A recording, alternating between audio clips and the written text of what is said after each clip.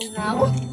Tara, dyan tayo kumain sa Seven Restaurant. Masarap daw yan eh. Sige, tara.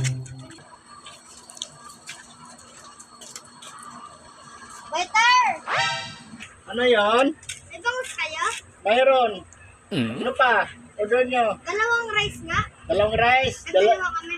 Tapos dalawang bagos din. Tag-isa kayo. O sige, hintayin nyo ha. Magit lang. Sir, ito na sir yung kanin nyo, sir. Uy.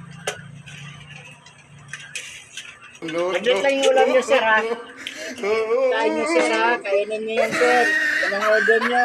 Ba't ganyan? O bakit? Di naman yan isda. Isda yan. Ayan o, bangus o.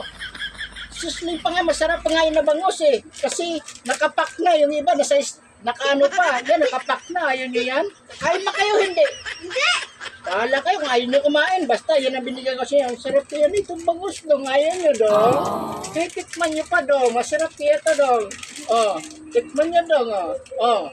Nope. Tikman mo dong. Oh, di ba masarap yan ng bangus na yan? Oh dong. Oh, masarap dong Oh, ayaw nyo ng bangus?